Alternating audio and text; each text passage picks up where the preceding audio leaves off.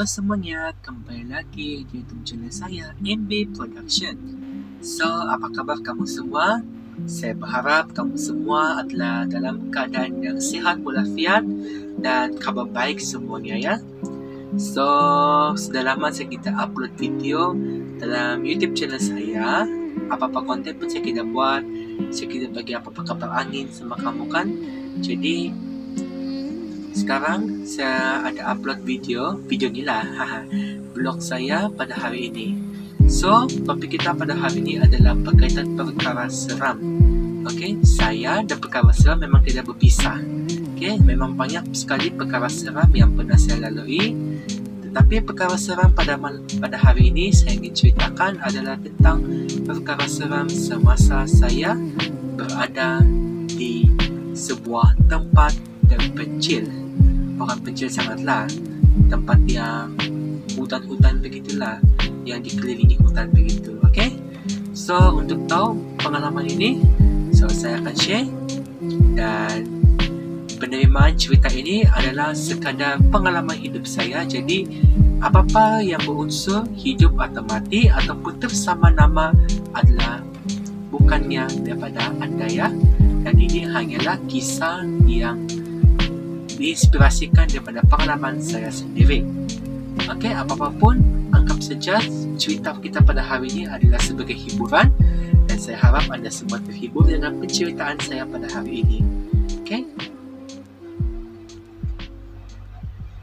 jadi kita awali cerita kita pada hari ini dengan peristiwa semasa saya berada di Bukit Cina. Okey, Bukit Cina ni dia terletak di belakang rumah saya, dan Bukit Cina ni memang namanya Bukit Cina.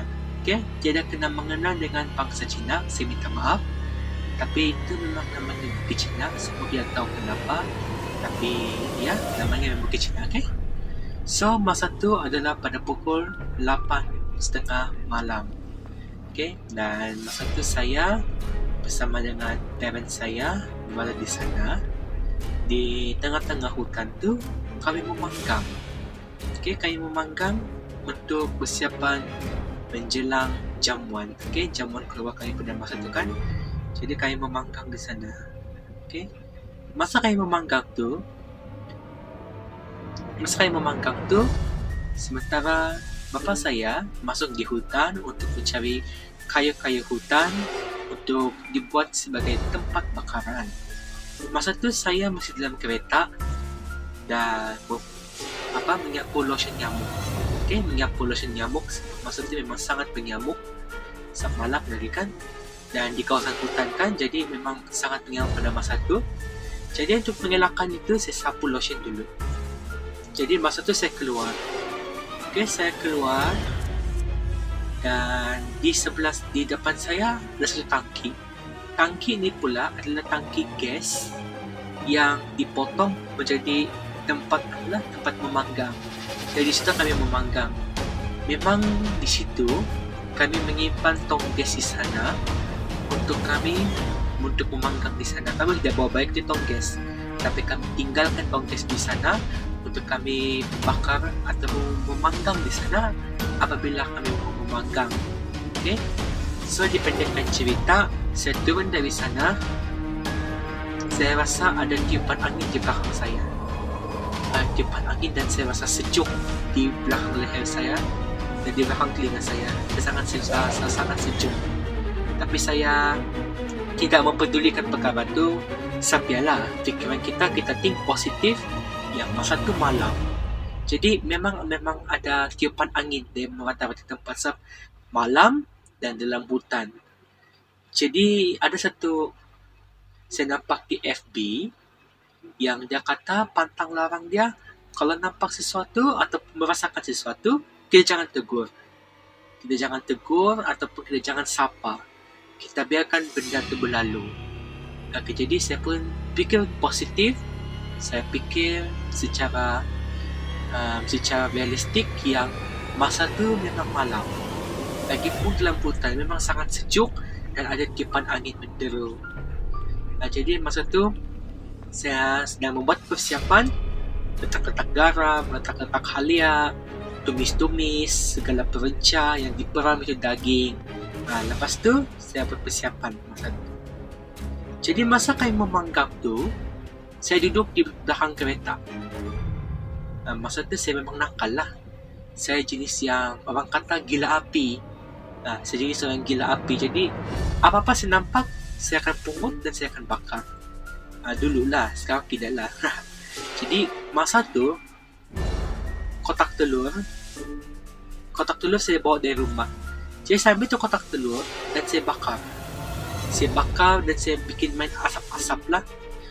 Bikin main asap-asap macam yang pentas opera tu kan, ada asap di belakang tu kan, sebagai background. Saya main-main itu. Jadi masa saya main-main tu, saya jalan-jalan jauh daripada tempat pemanggang tu. Saya pergi di kaki bukit tu.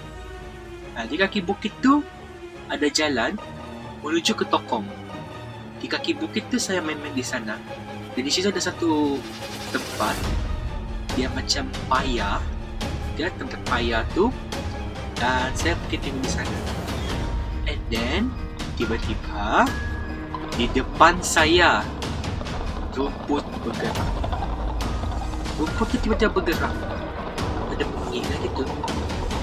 Jadi saya pun masa tu masih kecil. Saya tidak berfikir panjang. Saya pergi tengok. Tidak apa terjadi di sana. Tidak apa-apa yang terjadi. Tidak apa-apa yang benda yang menggerakkan benda tu. Angin, tiada angin. Masa tu tidak angin, tapi sejuk. Jadi pada masa tu juga saya berfikir mungkin serangga yang menggerakkan rumput tu. Jadi saya tidak fikir panjang kan, saya jalan saja. Lepas saya jalan, saya bantu parents saya untuk berkemas. Lepas tu tiba-tiba saya dapat rasa ada angin di belakang saya lagi. Dan masa tu ibu saya sendiri yang merasakan juga benda tu. Dan dia bagi tahu, Bill, ada benda meminta.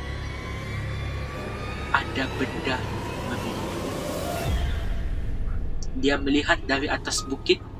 Dia nampak kami memanggang di bawah kaki bukit tu, dan benda tu meminta. Sampai mama saya tunjuk satu pokok pisang. Saya pergi tengok tu pokok pisang dengan bagus-bagus. Saya tengok tu pokok pisang bagus-bagus. Saya tengok dengan teliti. Saya tidak nampak apa-apa. Masa tu kami sudah pasang lagu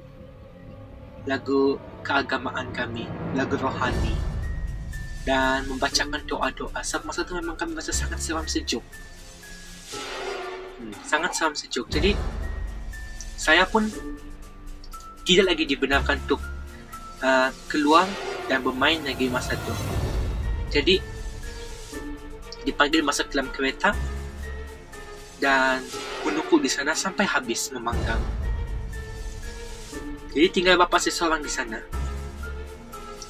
Lepas tu satu lagi cerita, tiba-tiba muncul seekor anjing.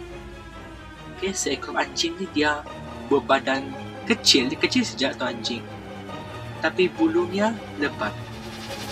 Jadi kami kira sebagai anjing tu ialah anjing yang sesat.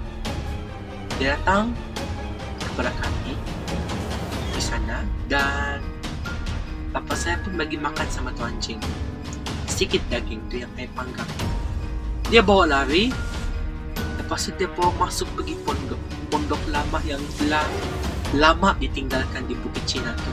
Dia bawa masuk. Kami anggap dia makan di sana. Tapi kami silap sama sekali. Dia tidak pernah dan tidak lagi keluar daripada pondok itu. Jadi kami merasakan benda yang sangat pelik. Dan lepas tu kami mengemas tempat tu. Kami cuci tu dawai, kami packing barang, packing daging dan sebagainya.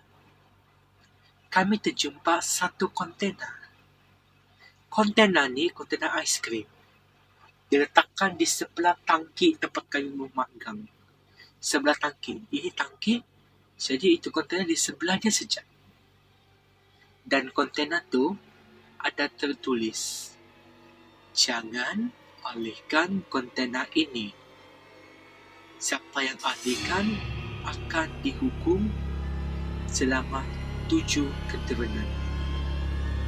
Jadi masa tu kami memang beli. Kenapa kontainer tu ada di sebelah ke tempat pemanggang kami? Dia di sebelah saja. Dan kami tidak nampak pun benda tu semasa kami berada di sana. Masa balik baru kami nampak benda kontainer di sana. Tertulis dengan kemas gunakan pen marker. Kami baca, kami tak percaya benda tu kan. Kami tidak mempercayai tulisan itu. Jadi kami buang itu kontainer. Tidak sehingga masa balik kepala saya sangat pening masa tu. Kepala saya pening dan saya punya satu badan saya panas. Jadi balik tu kami tu mau dekat jam 10. Diorang family makan di bawah, makan yang kayu panggang tu, daging tu dipanggang dan dia makan. Saya di atas di bilik. Saya rasa macam berdemam, tapi badan saya panas. Kepala saya pun panas dan saya rasa sangat pening. Tidak sehingga saya mau berkipas pun tidak boleh. Kena angin saya akan berselimut. Jadi masa tu saya batuk-batuk dan saya memang sangat sakit kepala dan saya tidur masa tu. Dan bangun pagi lepas makan paracetamol 1 biji dan minum air banyak-banyak, syukur saya merasakan diri saya sudah okey. Diri saya sudah sihat kembali seperti sedia kala. Dan diri saya sudah sihat dan baik daripada sakit yang saya alami. Jadi semua kawan-kawan, kesimpulan di sini ialah kemungkinan saya mendapat benda itu, mendapat rasa itu kerana keteguran. Family saya cakap pun mungkin saya keteguran pada masa tu. Sebab saya pergi buat benda yang sepatutnya tidak boleh saya buat pada malam itu. Jadi pengajaran kepada diri saya sendiri untuk kalau saya perasan ataupun saya merasakan sesuatu benda yang aneh adalah saya tidak akan menegurnya. Dan saya tidak akan lagi untuk orang kata terlampau celubar kau punya mulut masa di tempat yang bukan tempat kau pada waktu malam. Dan itu saja saya punya cerita untuk kisah saya seram saya pada hari ini. Hai semuanya, so tadi kamu sudah dengar saya punya pengalaman seram, cerita seram, okay? Dan untuk peringatan kita sekali lagi bahawa cerita yang saya sampaikan tadi bukanlah 100% benar, okay?